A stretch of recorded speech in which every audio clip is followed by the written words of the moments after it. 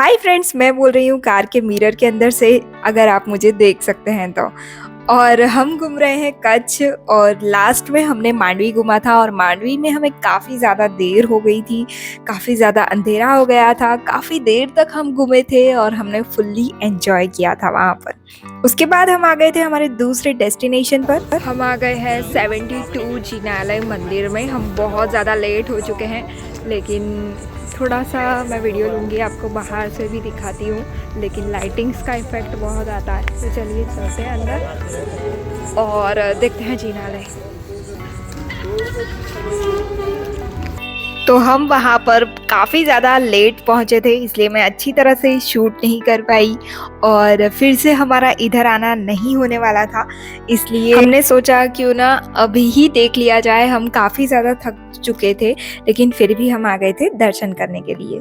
तो सबसे पहले आपको काफ़ी बड़ा मंदिर मिलने वाला है। बहुत ज़्यादा बड़ा मंदिर है ये, करीबन 80 एकड़ ज़मीन में फैला हुआ है, ऐसा मैंने पढ़ा था। तो सबसे पहले आपको मंदिर के बाहर ही भगवान जी के दर्शन होने वाले हैं। दोनों साइड मंदिर के भगवान जी है, और उसके बाद और मैं आपको बता दूं, ये एक जैन टेम्पल है, और यहाँ पर 72 टेम्पल्स है, छोटे छोटे। तो उसी के नाम से मुझे लगता है पड़ा होगा ये 72 जिनालय। अच्छा, ऐसा ही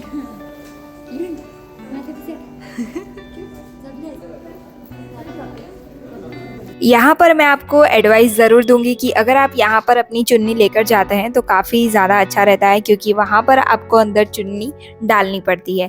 वैसे सिर पर नहीं ओढ़ना होता। हमें लगा कि सिर पर ओढ़ने का है तो हमने पहले ओढ़ लिया, लेकिन सिर पर नहीं ओढ़ना है, आपको सिर्फ चुन्नी डालनी है। तो अगर आप खुद की लेके जाएँ तो भी अच्छा है। अगर आप नहीं ला पाते हैं तो आपको बहुत सारी चुन्नियाँ मिल जाती है, काफ़ी ज़्यादा इनके पास चुन्नी होती है, तो ये लोग हमें प्रोवाइड करते हैं। फ्री ऑफ कॉस्ट होता है वो, और जाते टाइम आपको वापस से रखनी होती है, और जाते ही आपका अंदर नाम भी लिखा जाता है। तो वो भी शायद ये लोग इस तरह से ध्यान रखते हो, मुझे नहीं पता।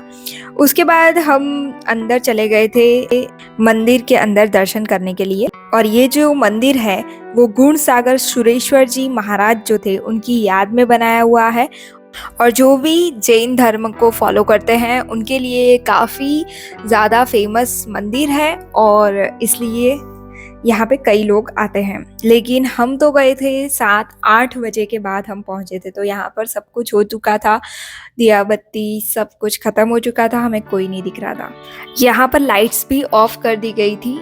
मुझे नहीं पता क्यों, लेकिन शायद लाइट्स नहीं जलाते होंगे, ऐसा भी कुछ हो सकता है इनका कुछ, मुझे नहीं पता। अगर आपको पता है तो मुझे कमेंट सेक्शन में ज़रूर बताइएगा, क्योंकि सभी जितने भी मंदिरों में हमने दर्शन किए, 72 जो भी टेम्पल थे, वहाँ पे सिर्फ आपको जो बाहर की और जो लाइट्स दिख रही है वही थी, जो अंदर भगवान जी की यहाँ लाइट्स होती है वो नहीं थी।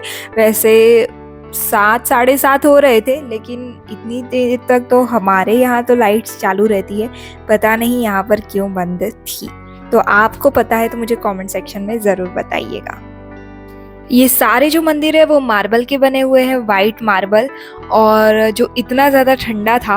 और मैंने आपको पहले स्वामीनारायण का टेम्पल भी बताया था, वो भी पूरा मार्बल का था, तो वो भी ज़्यादा खूबसूरत था। तो उसी तरह से ये भी काफ़ी ज़्यादा बड़ा है और काफ़ी ज़्यादा अच्छा है। मैं आपको ये बताना तो भूल ही गई कि ये जो मंदिर है वो मांडवी बीच से करीबन 10 किलोमीटर की दूरी पर है। तो अगर आप मांडवी बीच से थोड़ा सा जल्दी निकलते हैं तो आप इजीली यहाँ पे घूम पाएंगे, और उसके बाद आपको 50 किलोमीटर भुज में भी जाना है, क्योंकि हम ठहरे थे भुज में, तो हमें भुज जाना था। क्योंकि भुज से आप सब जगह जा सकते हैं, क्योंकि वहाँ से ही कंफर्टेबल होता है, क्योंकि भुज से चारों दिशाओं में आप घूम सकते हैं। और हम आज पूरे दिन में विजय विलास पैलेस, मांडवी बीच और ये जिनालय घूमे थे। और विजय विलास के पहले हमने देखा था काड़ो डूंगर, और मैग्नेटिक फील्ड जो था वो हमने घूम लिया था। तो एक ही दिन में हमने इतना सब कुछ कवर किया था वहाँ पर।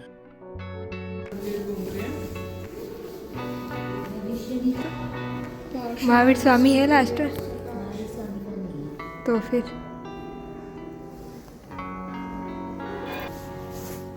तो ये हमारा आज का लास्ट है। यहाँ पे दर्शन करने के बाद हम डायरेक्ट भुज के लिए निकल जाने वाले हैं। इसके बाद तो ऑब्वियसली रात को कौन घूमने वाला था।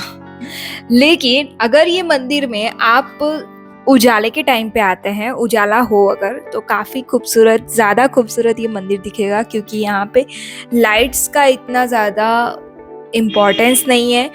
वैसे आप दर्शन कर सकते हैं, लेकिन अगर आपको मार्बल, वाइट मार्बल आपको देखना है, जो वाइट खूबसूरती इसकी है वो देखनी है, तो वो आप उजाले के टाइम आए तो आपको काफ़ी ज़्यादा अच्छा लगेगा। और हम गए थे तब तो इतने लोग भी नहीं थे। मुझे लगता है कि सब लोग यहाँ पे उजाले के वक्त आना ही पसंद करते होंगे। लेकिन कच्छ में इतनी सारी चीज़ें हैं कि ऐसा लगता है कि हम क्या-क्या घूमें, किस तरह से प्लानिंग करें, बहुत ज़्यादा कन्फ्यूजन रहता है।